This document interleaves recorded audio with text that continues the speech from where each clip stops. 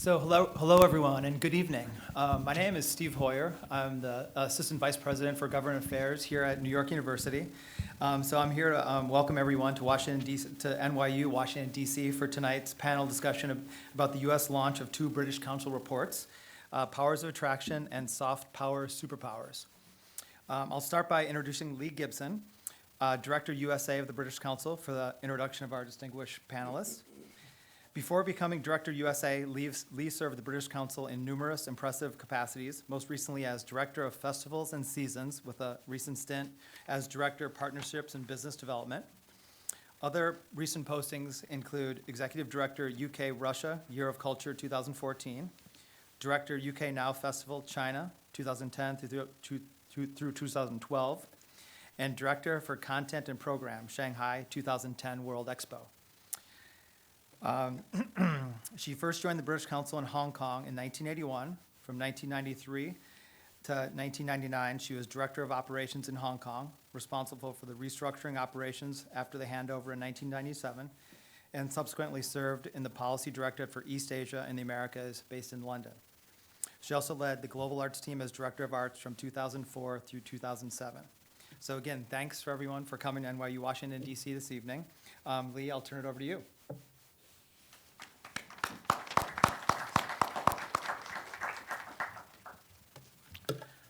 Steve, thank you very much. As you all know by now, I'm pretty ancient. I've done lots of things in my career in the British Council, but this job as Director USA actually is a real joy and pleasure.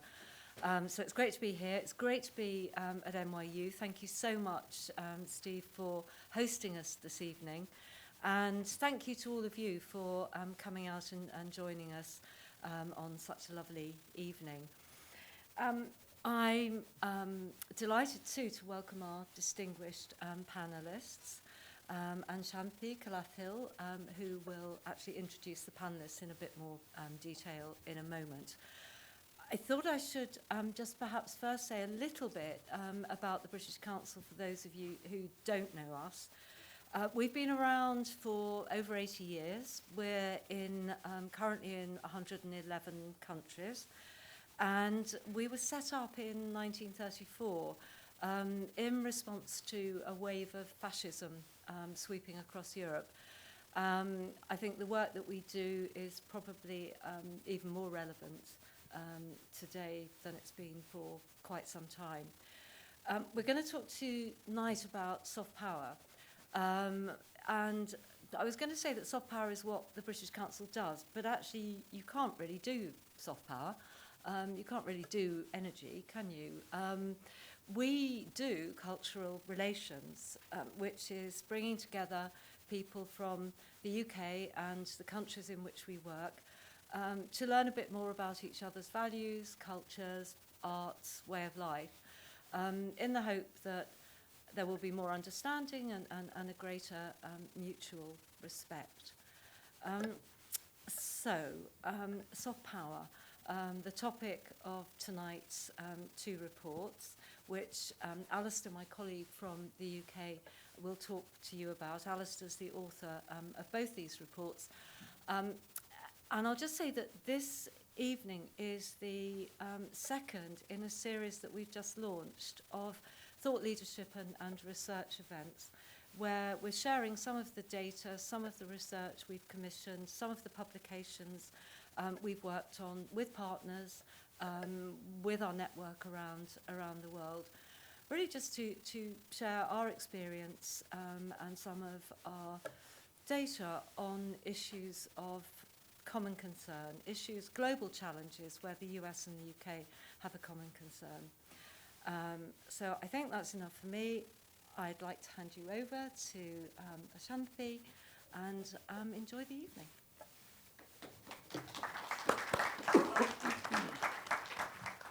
Thank you so much, Lee. And let me thank the British Council and NYU for hosting what promises to be a truly fascinating discussion tonight on soft power, superpowers, and powers of attraction.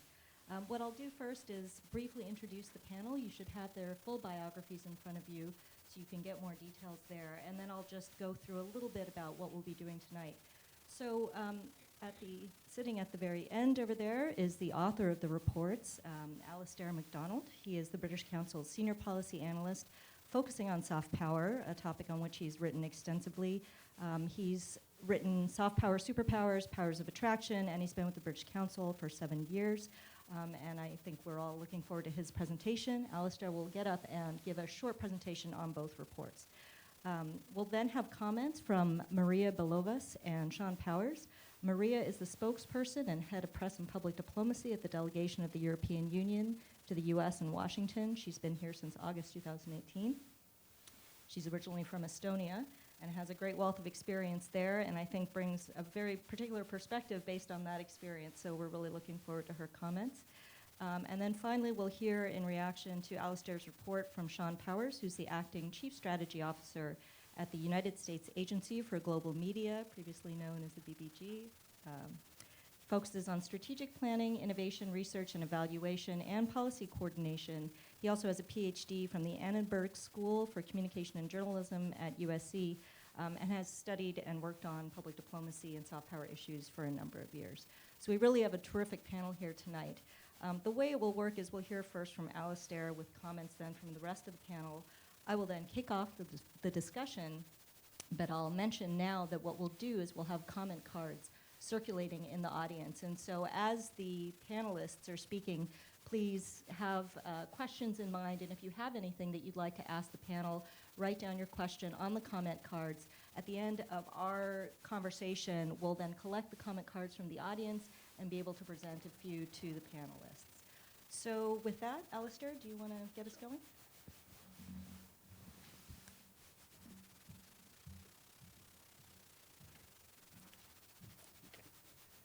First, I want to thank you for having me. It's a real honour to be here with you all on such a distinguished panel. Now for why I'm here. I'm going to assume you've all passed Soft Power 101. You know about the pillars of attractiveness and the various theories and practices of soft power. After all, it's an American invention, so you guys should all know about it. What I'm going to talk about today is starting with the powers of attraction. The Powers of Attraction report presents findings from our biannual perception survey of the G20 states. We have been running versions of the surveys for 8 years and now collecting valuable trend data. Most of the changes we see are small incremental shifts, but they're always noteworthy. We look specifically at perceptions of attractiveness and trust as indicators of a state's soft power. And for this presentation, I'm focusing on the global average results. So in Powers of Attraction itself, we have the results from each country in turn. But for this purpose, we're just going to talk about the global results. So here you see the results for attractiveness. Canada, everyone loves Canada apparently. Italy, Australia and the UK also do really well in the attractiveness metric. The USA is a little bit further behind. Bottom of the heap here is Saudi Arabia. You can see the trend here of how attractiveness increases over time for most countries. Actually, it's been a generally good year for all countries on this finding. Trot on to the next one. Next up is trust in people. Again, Canada is first, with the UK and Australia in joint second place. It's 8th place again for the USA here, and last place for Saudi Arabia. Third, we go to trust in government. As you can see, trust in government lags behind trust in people. Possibly not that surprising to anyone in the audience. And that's common across all territories. Canada again comes top. Australia and the UK both do well on this metric. Saudi Arabia again comes last. On this metric, the USA is in 9th place, but you see that big orange line below the line. That is distrust. The USA government is the most distrusted of all these countries, which for me it came as quite a shock when I got the data in. It just seemed like, how could this be so? The easy and lazy answer would be to say it's Donald Trump. Obviously, it's Donald Trump. The international image is a problem for the US. But it's a lazy response. This trend predates the 2016 election. It's been a downward turn. It's the only country where it's consistently dropping in trust and distrust is increasing. I find this a really worrying trend for the US. Why does trust matter? There is a direct relationship between trust and people's intentions to, sorry, the next slide. There we go. There's a direct relationship between trust and people's intentions to engage with a country. This slide shows how intentions to do business, to study, to visit, and engage with the culture of the UK differs between those who trust the British people and those that distrust them. This has implications for all countries, but is particularly important for second-tier powers like the UK, where there is a more and growing competition for influence. Basically, people usually turn to a trusted party rather than an unknown or distrusted one. Countries have to deal with the US and China. Their hard power ensures they cannot be ignored. The EU's economic hard power likewise gives it tremendous influence. But even for the world's great powers, trust matters. Relying on the coercive use of hard power, whether that's military or economic, comes at a cost. Not only is it much more expensive, it can also generate resentment and fear, potentially driving a potential ally to turn to a rival or to increase spending on defence. Crucially, trust can legitimise a country's hard power. One of the reasons the US has been so successful in realising its international objectives in the past is because it has been perceived as acting for the common good rather than for narrow self-interest. Moving on to soft power superpowers. The various indices of soft power in our own data tells us that the UK is a soft power superpower. What are other countries doing? What are the threats and challenges and the lessons to be learned from other places? Global and regional powers are seeing the importance of soft power to realising their international objectives. They see the value of international cultural institutions like the British Council and the Goethe Institute, and have been investing in developing their own equivalent organisations. And they are catching up with, and in some cases, overtaking the established global leaders. Excuse me. Here we see the number of offices of the leading international cultural institutions. Today, the Confucius Institute is by far the largest of the international networks. The expansion has been dramatic. There were 122 institutes in 49 countries in 2006. By 2018, there were 507 institutes in 129 countries. Russia, too, has been growing its cultural presence with a 209% increase in the number of offices of its cultural institute, the Ruski Mir Foundation, in just 5 years. And you can see the sort of shift in scale. Here, the British Council and the Institut Français have both retreated in size. The networks are getting smaller, whereas for China and Russia, these are getting bigger. Only the Goethe Institute kind of bucks the trend for the European institutes, for the slight increase. Oh, got it. The size and expansion of the last 5 years of the Confucius Institute in the US overshadows everything else, as you can see here, that massive orange line. There's also been significant investment in the UK, Germany, and South Korea. In addition to mapping out the global presence of leading countries in international cultural institutes, we also looked specifically at 8 countries' differing approaches to soft power, namely Brazil, China, France, Germany, Russia, South Korea, USA, and the UK. Rather than go through each in turn, I'll pick up on 2 standout findings from the report. Firstly, Russia is investing heavily in international broadcasting. Dismissed as fake news in the West, Russia's international broadcasting output is more influential than generally realized. Russian language services are an important source of news in the Russian neighborhood, where Russian remains the lingua franca. Russia's foreign language news services are influential in Eastern Europe and the Balkans, with promoted news stories picked up and broadcast by domestic 24-hour news channels hungry for content. A survey by Ipsos Mori has found that since 2015, RT's weekly audience in 38 of the 100-plus countries where it broadcasts has grown by 36%, from 70 million to 95 million viewers. For reference, the weekly audience for the BBC World Service is 279 million, slightly ahead of Voice of America's 275 million. I might be corrected on that by the panel, by the way, but that's right. Stories produced by Russian outlets that would be dismissed by the mainstream media gain traction through distribution by social media channels. RT's YouTube channel is popular. It was the first news channel to reach 1 billion views. Bite-sized videos and links are circulated widely through alt-right, alt-left, and other networks, reaching significant audiences and feeding the conspiracy culture that is undermining confidence in our public institutions. The second issue I wanted to raise is the rise of China. We've already talked about the Confucius Institute. China spends about 10 billion annually on soft power initiatives. By comparison, under the latest proposed budgetary cuts, the US State Department's budget for public diplomacy would fall to $519 million in 2019. To that 10 billion, it is worth considering China's international investment plans are designed to put China at the center of the world economy. 50 billion for the Asian Infrastructure Investment Bank, 41 billion for the New Development Bank, 40 billion for the Silk Economic Belt, 25 billion for the Maritime Silk Road. Together with other pledges, this adds up to $1.41 trillion over a 10-year period. In contrast, the Marshall Plan cost the equivalent of $103 billion in today's money. This begs the question, can you buy love? The statistics suggest yes. China's results for attractiveness and trust have improved over the past 2 years, but it has come at some considerable financial cost. Next slide.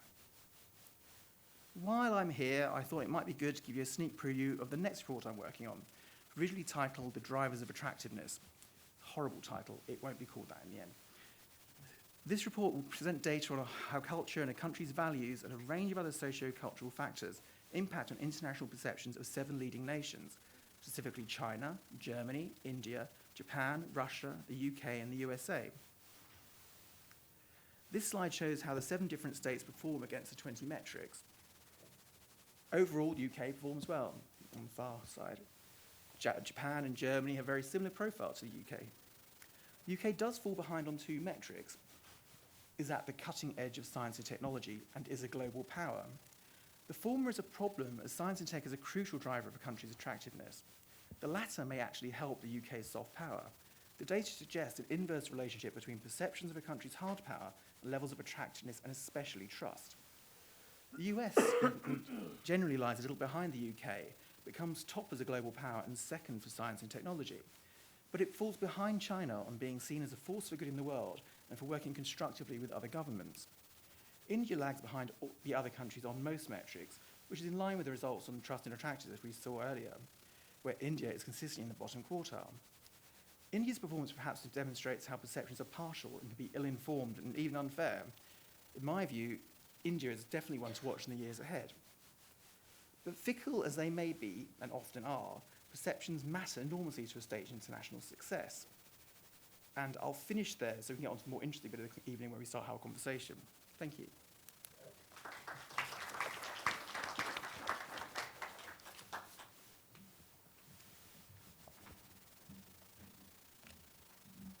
Great. Thank you so much, Alastair. Why don't we turn now to Maria for her comments? Hello.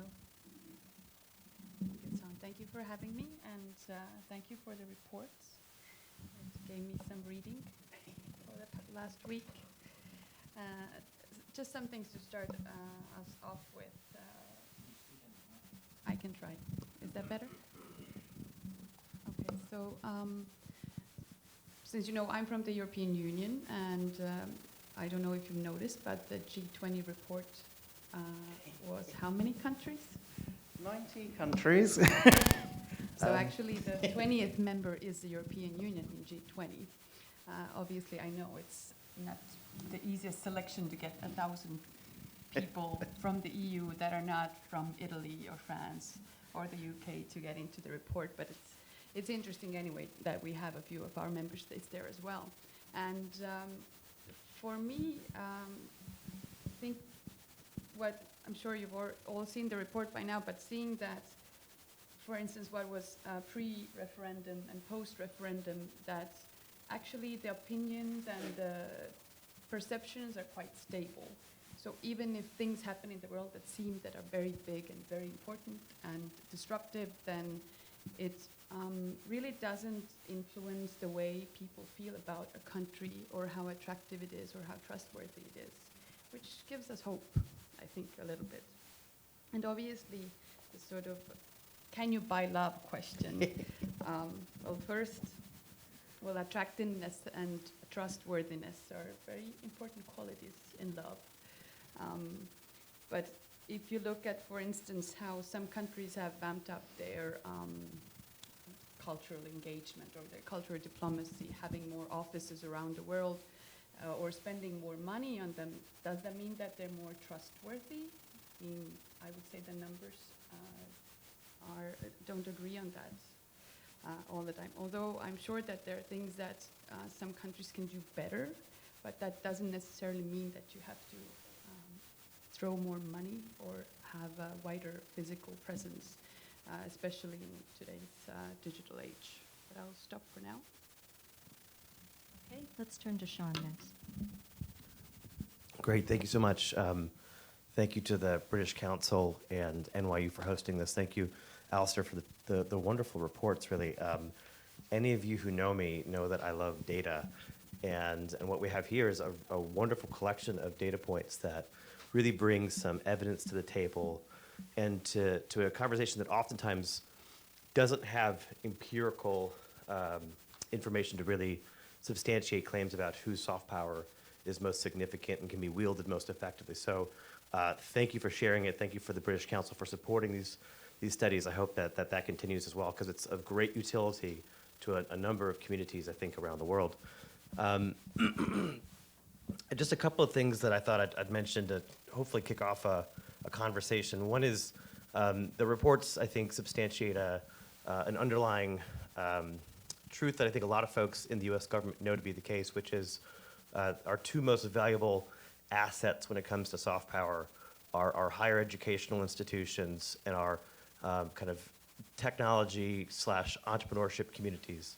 Those are driving so much interest in the United States, and one could even say that higher education really is the greatest American export right now in terms of value, both from a soft power perspective, but also from an economic driver. It is one of the few things that lots of folks come to the United States for specifically that literally cannot be, in some cases, found anywhere else. And the reason why I mention that is if you look at those two sectors, higher education and kind of technology and entrepreneurism, both are in a moment of crisis from my perspective. So I'm currently at the U.S. Agency for Global Media. Before that, I was at the State Department, but before that, where I spent most of my time in my adult life was in academia at Georgia State University in Atlanta.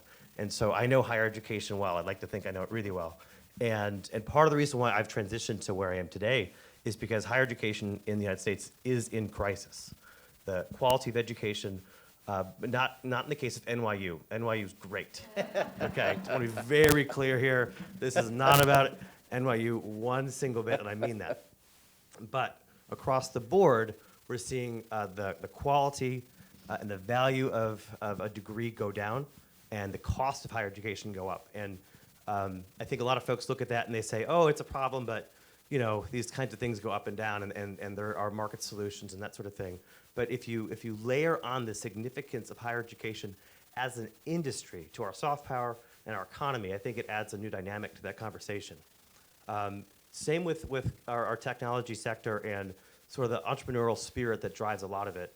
The big companies that come to mind are all in tremendous trouble. They're facing tremendous scrutiny that they've never faced before. And so taking what we learned about today and what we know about kind of the trends in these two industries, I think it's fair to say that we're at really a crucial moment for American soft power, really a crucial moment. I think it's going to be a defining moment for this country's image and influence in this arena for decades, if not longer. And what a great way to sort of raise the profile of that question, because if we don't have this conversation now, then it may be too late down the road to try to course correct and get things back in the right direction. One kind of note of caution, and this is not a criticism in any sense, but when we break these sort of numbers down country by country, especially when you start looking at like Russia, China, UK, US, I think it's very easy to see these things as a competition. And of course, popular discourse focuses on this as well. China's investing $10 billion in public diplomacy. How much is the United States investing? And I do think that there are some risks there. I mean, I think there's a reality there too. There is competition, but it also overshadows the fact that there are lots of ways in which countries, nation states can cooperate in this space. I mentioned in our pre-panel discussion that there's a lot of growing interest amongst international broadcasters or amongst publicly funded global media organizations, as I'm inclined to say these days. Broadcasting, of course, is an outdated term. And a lot of interest amongst the U.S. government public diplomacy apparatus to have a conversation with like-minded foreign governments about what does a collaborative public diplomacy enterprise look like. We need to collectively articulate why democratic and free market values are worth defending, and that's not something we should be doing country by country, market by market, and literally competing with each other. I'm going to say something that really may upset my British Council friends, but not intentionally so. We invest in a lot of programs that teach English in a number of countries. The British Council invests a lot of time and resources in these same programs. And there's a number of other organizations that do this as well, private sector organizations. While I understand there are some profit models that may not be perfectly compatible, at the end of the day, we're really trying to do very similar things. And so there's a lot of opportunities for collaboration. And I would even extend that invitation to some of the more competitive relationships. And so one thing that concerns me when we look at concern or even just mainstream writing about China's One Belt, One Road initiative, I mean, there's a full-on frenzy in certain halls of Foggy Bottom right now about what's going on in Europe as it relates to China. And I think that, again, there's some truth to this, and it really should raise lots of concerns. But in terms of next steps, it's not just about combating or confronting or challenging or reinvesting, saying, well, if you're gonna build your road and your belt, we're gonna build a competing belt and road. I think the conversation really is how can we utilize the development initiatives that are being invested in ways that support the values and partners, institutions that matter in the long term for American, for British, for European Union institutions. And that conversation is not happening nearly as much as I'd like to see. And so I'd like to nudge us in that direction. And again, I'm not suggesting your study discourages that, but finding a way to articulate some of the findings that does encourage a more collaborative spirit, I think is something that's worth thinking about. I'll just mention two more things and then really want to get to the Q&A. The first is, we talked about this a little bit, is when it comes to public diplomacy and soft power, don't focus on Twitter. And what I mean by that is, I think it's really easy for folks in Washington, D.C., for folks in the United States to focus on what's going on Twitter, or really what's going on in the short term and say, this political crisis is devastating for our image abroad. This ongoing political crisis is devastating for our image abroad. And in truth, anyone who's done a lot of traveling, especially outside of major urban city centers, is that Twitter does not matter to the vast majority of the world's population and never will. And folks don't track kind of day-to-day current events either in Brussels, in London, or in Washington, D.C. It's the long-term institutions, it's the long-term relationships, it's the long-term programs, it's the individual connections that make the biggest difference. And that's an opportunity for us to think a bit more medium and long-term and not focus too much on frankly, the kind of emerging and ongoing crisis that many of our countries are experiencing. The last thing I'd say, you mentioned trust in government, and I hadn't thought about it too much until you mentioned it, so thanks for raising the question. I think one important thing to note is that it's not just foreign citizens that are increasingly questioning their trust in the U.S. government. Domestic polls, Pew, Gallup, and others have also found similar distrust in American institutions, including governmental institutions. And if you go to the history of public diplomacy scholarship, the kind of the most fundamental theory of public diplomacy that you'll ever read about is that effective public diplomacy depends on a coherent and authentic national narrative. Okay, you can't just invent cool Britannia, right? You have to have an authentic, meaningful reflection of a consensus of values, and then embody that in some kind of program or communications with foreign publics to find a way to connect. And if a country is divided on what its values are and the direction of its political institutions, then you should expect its public diplomacy to be just as fractured. And I think that this study actually reflects that kind of age-old theory of public diplomacy. Well, thanks so much for that, Sean, and I think we have so much rich space for discussion here. One thread that I noticed through everyone's remarks was this focus on values, and in particular, I think, democratic values, which comes through in both of your reports, Alastair. And I wanted to use that to tee off a question about, I suppose, the distinction between soft power and perhaps other forms of influence, and whether we're really comparing apples to apples in this conversation. So my organization, the National Endowment for Democracy, put out a report in 2017 on what we called sharp power, which was our attempt to perhaps separate out the types of initiatives undertaken by countries that don't have democratic values at the core and whose initiatives are not informed by those values. And I wanted to get your reaction, and not just you, Alastair, but the panel's reaction to the idea that we would, when we're looking at soft power initiatives, that we would compare, for instance, a state broadcaster from an authoritarian country, and it could be any country, but in here you've noticed CGTN, for instance, from China. Is it fair to compare that to broadcasters from more democratic environments that are governed by different standards of accountability and transparency, for instance? particularly public service media, as you say, not international broadcasters perhaps, because there are different media standards there. You could sort of point to, will a broadcaster or media outlet run a correction, for instance, if they are found to have published wrong information and so on. So I guess I would just ask you to react to that and whether, do you think that we're still thinking about this issue with the right framework? So Alastair, do you want to start us off? Sure. I think CGTN actually gets a bit of a bad press sometimes because in Africa, some of its output is more balanced and more interested than many of the kind of European and American kind of outlets. It's actually producing news for the continent. But the trust question is important here.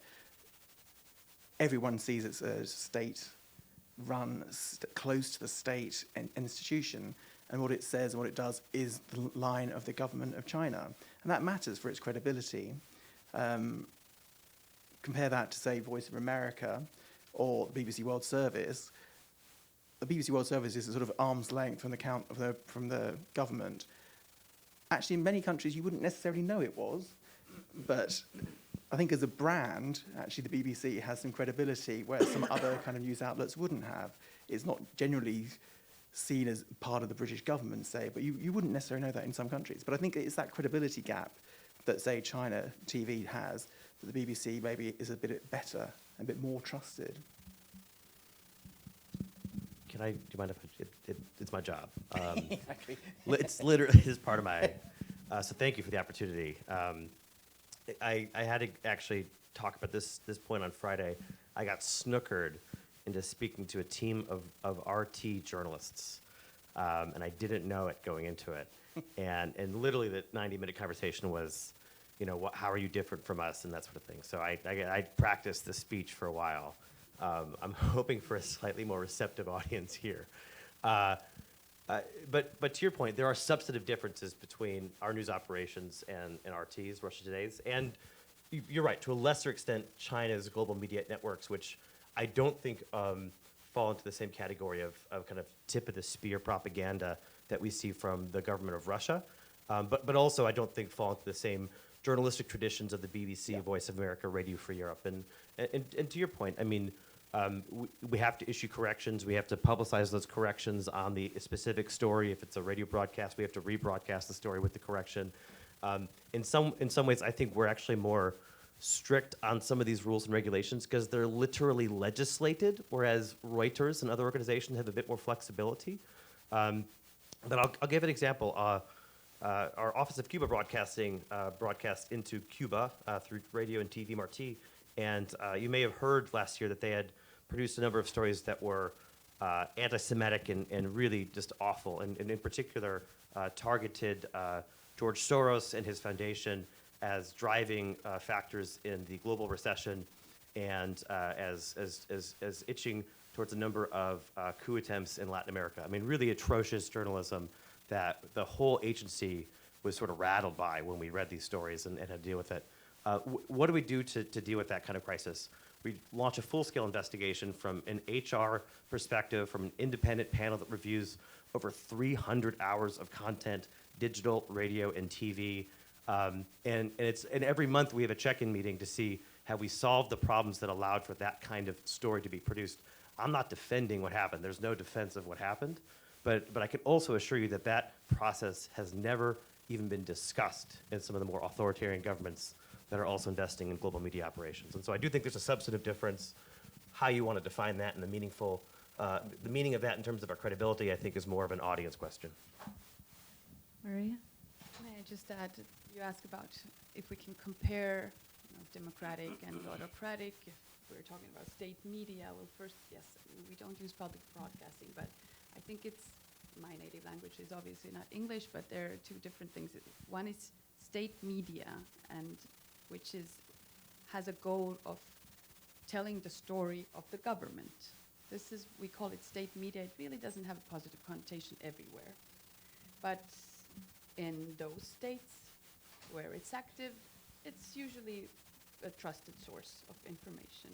And then there is government-funded media or public broadcasting, as we tend to call it here in the West. And the idea is to, yes, give out neutral information.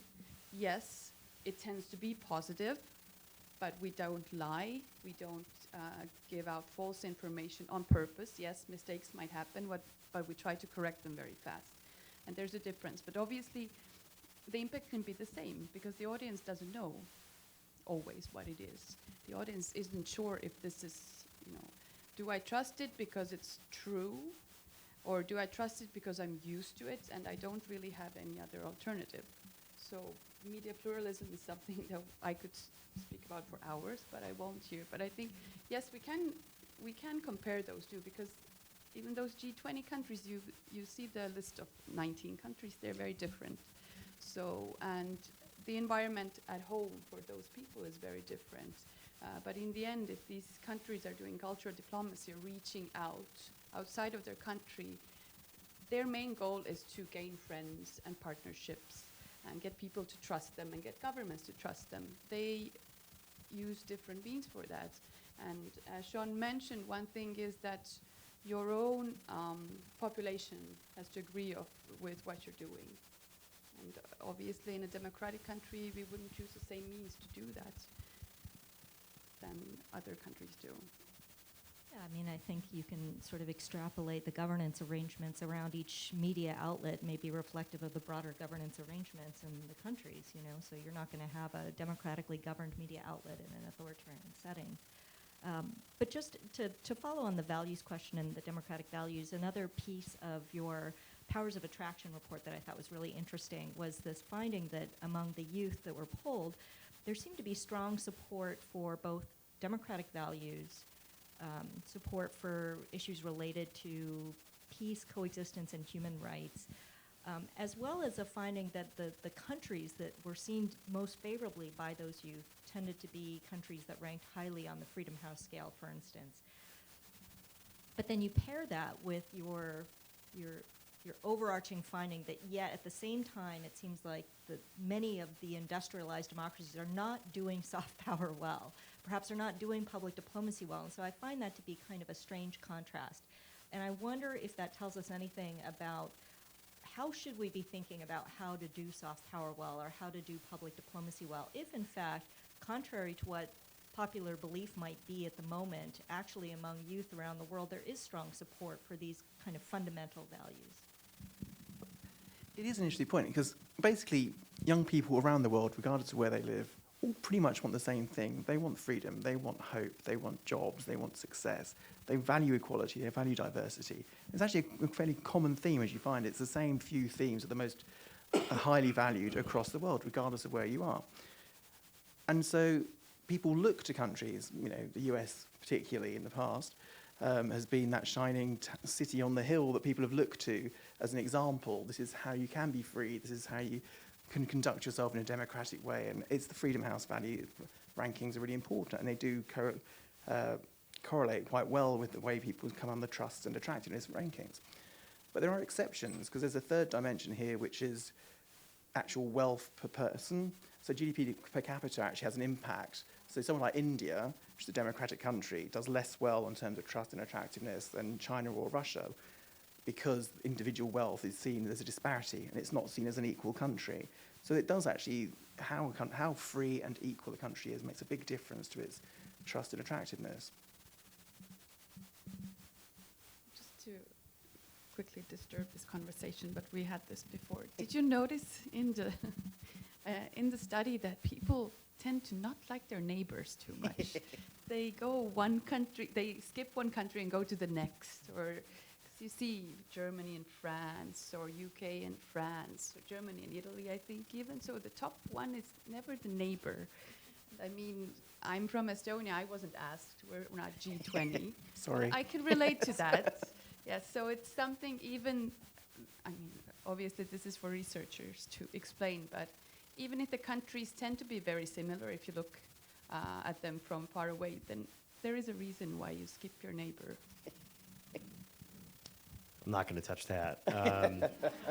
An excellent question, really.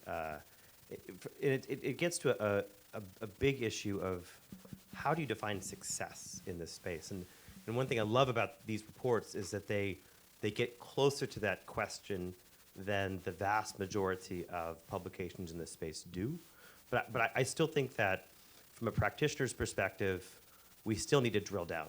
And I'll give you a couple examples. If I take my US AGM hat off and put on my Public Diplomacy Commission hat back on, one of the things I would hammer when I was talking to ambassadors or public affairs officers was, favorability is literally meaningless. There's not a study in this world that shows that favorability can be consistently measured and necessarily translates into things that are tangibly important for the nation state. So a favorable nation may not generate any additional tourist revenue. It may not get any additional students applying to higher educational institutions. It may not get anyone from a foreign country trying to start a new business in that country. So focusing, I talk to my public diplomacy colleagues, I talk to our journalists, we think about what are the tangible consequences that we hope will result from our programs, from a news perspective, our programs from an exchange perspective, and a lot of those tangible things are much more discrete than some of the concepts that are measured here. And so to try to kind of throw some difficult complexity on this, I think we have to have a bigger conversation about what are we actually trying to achieve, and then how do we go about measuring those criterion as opposed to focusing on these kind of higher level indicators which are valuable but may not be getting exactly what we're trying to get at. I think the question of what we're trying to achieve is actually really interesting and illuminating. And again, for me, I focus in particular at the distinctions between democratic systems and authoritarian systems. And, it's striking to me, you had mentioned that Russia and China and others pour so much money into these things, and yet, by your rankings, they don't appear to be doing well, and yet year after year, the money is poured in. And that, to me, speaks to perhaps a different purpose to the money, that even if the favorability rankings remain low, maybe that's not what they're trying to affect. Whereas democracies put a lot of stock by those favorability rankings and, broad perception issues. To my mind, I would say, and this is my own opinion, I think that it's more about shaping discourse and controlling perceptions on the part of more authoritarian regimes, whereas democracies are much more about trying to attract and persuade people that really this is a great model and don't you kind of want to be like us. And to my mind, that's a distinction that seems to stand out. I think at this point, we're probably ready to go to the audience for comments and questions. So I hope you've all been writing those down. I think we'll have people now going up and down the aisles to collect those. And in a moment, we'll synthesize some of them and present them to the panel.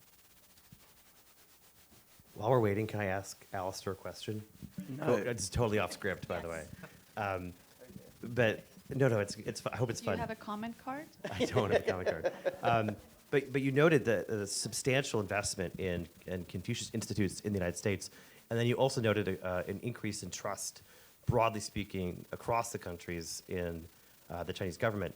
But if you disaggregate the data and look at the United States, do you see that same level of effectiveness, and do you think there's a correlation between the growth in Confucius Institutes? I think it's a follow-on on this conversation.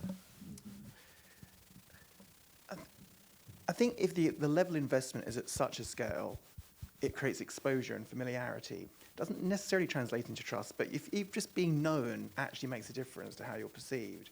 And if you're providing a really good service, and Confucius Institutes provide a good service, they teach the language, introduce the culture, and doing it at such a scale, you will have a positive impact on people's perceptions. Obviously, there's various issues. The Confucius Institute in some campuses, gets some criticism. But just operating at that scale, it has had an impact on how it's perceived, even in the US. Okay, so thank you for that interlude. And we've got so many comments on here, I think we can probably only get to a couple. But let me just start with one of the top ones here, which is, could you share your thoughts on the role of civil society in soft power? Which is actually a great question. So who would like to go first?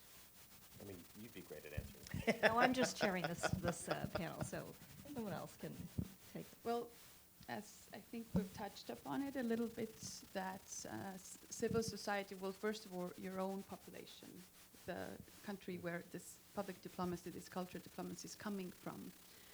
Basically, talking my previous experience working for the government of Estonia and also doing some nation branding and some cultural diplomacy, we are a nation of 1.3 million people.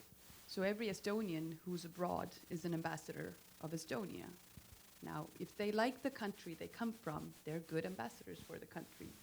If they are confused or scared or disappointed, well, that's not something that the country or the government would really like them to preach or talk about. But that means that you have to provide the civil society with tools and with knowledge, and they know where to look for something. They know that they can talk to the government if they need some statistics or some information, and they can trust it. So if they go and speak about, oh, my country is so great because, they know that they have trustworthy information available, for instance. The same is with diasporas in other countries, because this is, again, it's easier to use your own first and then go to other groups, but this is what a lot of countries do. In the United States as well, is that you go to your diasporas and you engage with them, making sure that they still know where their home country is. You make sure they have all the tools they need, and that they can actually interact with you and then go and interact to their friends, families, and co-workers, basically. So I think this, for the civil society, you can't really demand anything as a government, but what you can do is provide information and tools and just encourage and say that it's important. And I don't know, you tell me, but as a small nation, it's not very hard to do, actually. For me, soft power, we sort of think about it in terms of government terms, but actually so much of a country's soft power comes from its people. And civil society is obviously the expression of that. And it is those individual interactions between individuals, whether it's the scouts going on the jamboree or whatever, these create the trust between peoples. And that's why the British Council works quite extensively with civil society. It is actually, we recognise that, as you say, the people are the best ambassadors for a country. They are going to be trusted in a way. The government, as you saw, governments are less trusted than people. So working with civil society is actually crucial for building those relationships on which trust is based. And governments have a role here facilitating rather than directing that and supporting people to get involved and make those connections internationally. And that is the role of government really with civil society and soft power. Any thoughts? That's great. Yeah, I mean, and for my part, I also think civil society, when it's truly unfettered, and that can mean robust discussions, including criticisms of a country, that can actually benefit a country's soft power if there's transparency around that. So, well, this is actually somewhat related, but here's a question about domestic politics within countries. To what extent do you believe domestic politics, and more specifically internal divisions, contribute to the reduction of a country's diplomatic influence in soft power? Is this the Brexit question? You weren't supposed to use the word. I've been told not to. Okay, I'll take a part of that, if I may. We are 28 countries, 28 governments, plus the unified EU government, and all of our member countries have their own internal politics. Yes, we have our own common trade policy and our common foreign policy, which is not always easy to reach, but they do have their own little fights, and they have their own reasonings. They have everything that they need to agree upon before coming to Brussels to actually make the decision for their country. So, of course, everything is a factor in there. But in the end, I mean, even as we saw the study here and as we saw what it was pre-referendum and post-referendum, it doesn't mean that there is a huge difference if there's, let's say, a change of government or elections, because the way that countries are perceived, trusted or not trusted, I think it depends so much more. It has to be a big blow, really, to make people think very differently of that country. I agree completely. I think I would also kind of point back to my Twitter comment earlier that it's really easy for folks to obsess over their own nation's politics, but it's important for us to remember that the vast majority of folks outside of your country are not paying close attention to the same extent you are. Even in the case of superpowers, where there is lots of media attention, it's not taken the same way. I think policy speaks far louder than domestic policy discourse, right? So the actual institutional policies matter, and amongst elites in particular, and that's the folks that are paying attention to, you know, UK, EU, American political discourse, there is an understanding that many of the political debates are the results of domestic politics and don't actually reflect a dramatic change in values. And I hear that a lot when I travel. There's a recognition that there is a certain, President Trump often is playing to domestic constituencies and not actually meaning the messages that he's articulating on Twitter with the intent of insulting our NATO allies, for example. All of that said, I'm deeply concerned when the level of political discourse gets as vicious as we've seen in the past 2 years in the United States. And I think that the kind of lack of civility in the political discourse itself is far more concerning for me than how a political divide, kind of in a traditional sense, impacts our diplomatic capabilities. I think there's a real difference between the froth of day-to-day politics and long-term trends. So what you find, for the US's perspective, something like the government's reaction to Hurricane Katrina had a far bigger impact than the latest tweet. When you it was a shocking image for the world. This was the country we all look up to. It seemed to fail its people utterly in the reaction to that disaster. And that was a real shock. It was like, oh, that shouldn't happen there. And that sort of thing does register with people internationally, and it does have a slightly longer term impact. And I think it's a combination of some of those big events do add up. It creates a sustained change in perceptions, whereas the day-to-day froth of politics, you know, most people don't know who these people are and don't really care, let's be honest.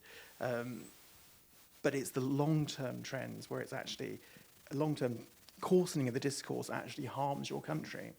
And that division does its dysfunction, which reduces value in people's governance. They see this, it's not working, it's not functional. I no longer look up to it in quite the same way when they see this kind of division and inability to deal with really difficult and challenging issues. So here's one, let me see if I can sum up, but you know, essentially relating to this idea, is it possible that in today's information environment, which prioritizes speed and instantaneous opinion formation, and quick reactions, does that actually disadvantage more democratic systems and the countries that are actually ranked towards the top of your soft power index, because they have to grapple with all their warts in public, whereas authoritarian systems can kind of just tamp down dissent and manage their image more carefully and go after perhaps the weak spots of the soft power superpowers in a more open way?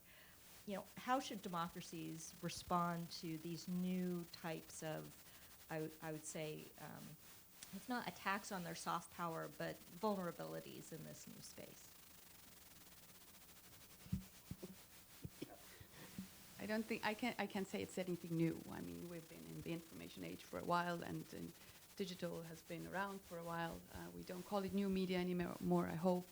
But really, looking at what the democratic, well, let's say a lot of countries, whichever, but there are a lot of countries who see that there's a lot of opportunities in digital communication because of all these platforms that are available where people are already engaging, they're there. They don't have to come and find your website. You have to go and find them. It makes it very easy. But then, obviously, where there's a chance to do good, there's a chance to do bad. So you have to be smart about this. That if you see that, oh, there's a very nice platform for videos, then there are other actors who think, oh, this is a good platform for my videos. Now, what happens next? I would say from the government side, you just have to make sure that you understand, you know how to listen to these platforms. You have the technology that is already available, but you just don't know how to use to actually monitor and filter some content. Know what the conversations are. I'm not talking about censorship. I'm talking about listening. So you know what the people are actually talking about. So you can go and jump in the conversation when you feel necessary. But there I wouldn't say that autocratic countries have an advantage. I think we should all just get smarter.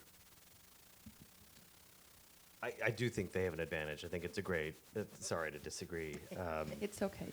And it's not just the speed, it's also sort of the nature of our platforms, which privilege speed, right? So it's it's actually baked into the algorithms of a number of our platforms now that if there's lots of stories and headlines coming in on particular topics, those headlines and topics get prioritized as well. And if it's exposing your warts, it's going to be hard to dig out of that. So first is, yes, it's harder. Second is, I think that it requires a true commitment to kind of the first lesson of crisis communication, which is as soon as you realize there's a problem, own it and figure out how to solve it, and publicize that you understand the problem and publicize what you're going to do to solve it. And we've seen that time and time again diffuse opposition efforts to turn those controversies, examples of corruption, failed governance. It diffuses the stories from a kind of salacious scandal, and in fact, there's an opportunity to talk about how in a democratic system you hold people accountable, that there's a certain level of transparency, and that over time you use those moments of controversy to push forward to achieve a better society. I know that may sound hokey, but that is the fundamental premise of a democratic system. And so hokey as it is, I'm in the business of building democracy, so I have to believe in it, and I do. I also think that part and parcel of that is reminding folks of the importance of investing in a free and independent and investigative press around the world. And this is something that, of course, the U.S. Agency for Global Media spends the vast majority of its days doing. So we operate in 110 markets in 60 different languages. We reach 345 million people on a daily basis. You were right that it's 275 for Voice of America, but if you count Radio Free Europe, Radio Free Asia, Middle East Broadcasting, and Cuba, the number gets up to 345, but we're not doing enough, right? So in a number of countries in Central Asia, our Radio Free Europe's assets are some of the primary independent media voices that are exposing governments to corruption. About a month ago, an RFE story resulted in a matter of days in a deputy prime minister resigning because we exposed corruption. So we have to invest in those resources. If it's my agency, if it's civil society, if it's EU-funded programs, it doesn't matter to me per se. But we do have to support a free press around the world if we do hope to be able to hold other governments accountable in the same way that we're going to hold ourselves accountable. I think I'm going to agree with both of you.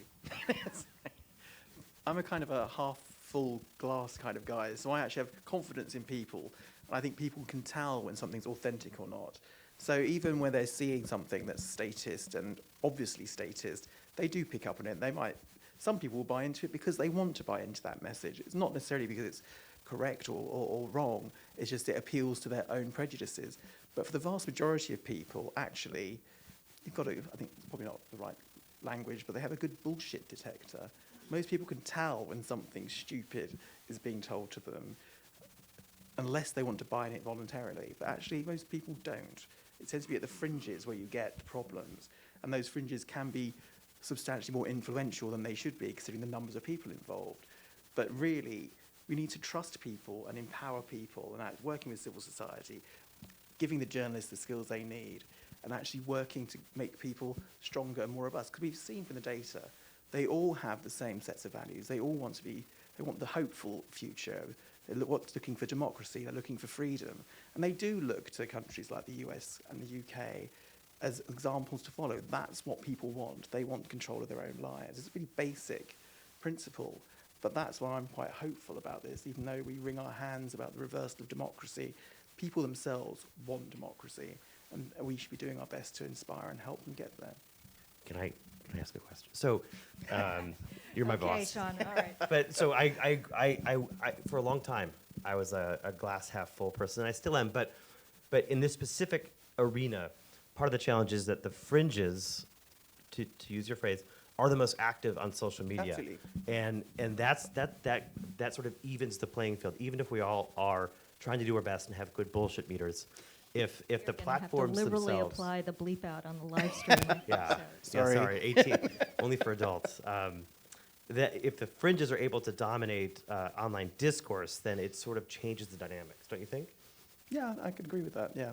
But in the broad sense of the societies can be quite robust. And so, so obviously we have to be aware of and challenging those kinds of narratives that are, they're pernicious, and they do kind of undermine the credibility of our institutions. We have to get away from this conspiracy culture that people can buy into what is quite often complete nonsense as fact and build back trust in our institutions, because that is our public institutions that can protect our societies, our democracies, and we need to be able to keep their credibility up. And part of that is a distinction between, I would say, sort of short-term trying to fix some of these really alarming trends which you illuminated, but then I guess a belief in the more robust attractiveness of democracy and the institutions to protect that. I think part of what the question is trying to get at is whether there's something fundamental now in our new environment, in our new information environment, given even that we've existed at the information age for many years, but really it's been some of the trends in the most recent years that have supercharged some of the most distressing types of, I would say, divisions and some of the, not just froth, I would say, but actually real problems. And that's something I think we're still grappling with, although this obviously is a big question. But maybe just to bring things towards a wrap-up, there is a question that kind of touches on some of these issues, which is, given all of these challenges and so on, but building on your report, Alastair, which highlights a number of very interesting trends and talks very specifically about what is found attractive. How would each of you then counsel, say, a small country wishing to build up its own soft power based on some of the findings in this report? I can, small country speaking here. So first of all, if it's a small country, they have limited resources, so they have to make sure they know what they want to gain from this. And what is their starting point? Is it a country with no reputation? Is it a country with bad reputation? What is the reputation like? So what is the image they want to either change or construct? Because this is where you start from. And then what is your goal?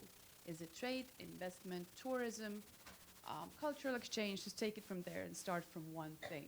Or if you just want name recognition, buy an ad on CNN and another one on Fox and see where it goes. You know, there are different ways, but you have to start with very specific goals, in my opinion. Because going around, let's say, for a small country, opening a cultural office in every continent, making sure that you actually have people to staff it with, and you have messages that are continuous and are relevant to the local audiences, it's an impossible mission. But if you start small, you start with either a region, and you start with either is it tourism or trade or tech or whatever you have, like if you're from Estonia, then you can wrap something around that and actually make yourself known one field at a time. But obviously, as was mentioned here before, it doesn't mean that it's just positive propaganda. It means that you have the facts out for the people who represent you and also your other country members or your ambassadors. So if there's something wrong, you have to have those facts available as well. So people can argue or defend or whine about something, but they have the facts for that. It's a great question. I actually wanted to punt, but Maria went first, so I had a second to think about it. And I agree with everything you said. It's actually a really Thank you. wonderful description.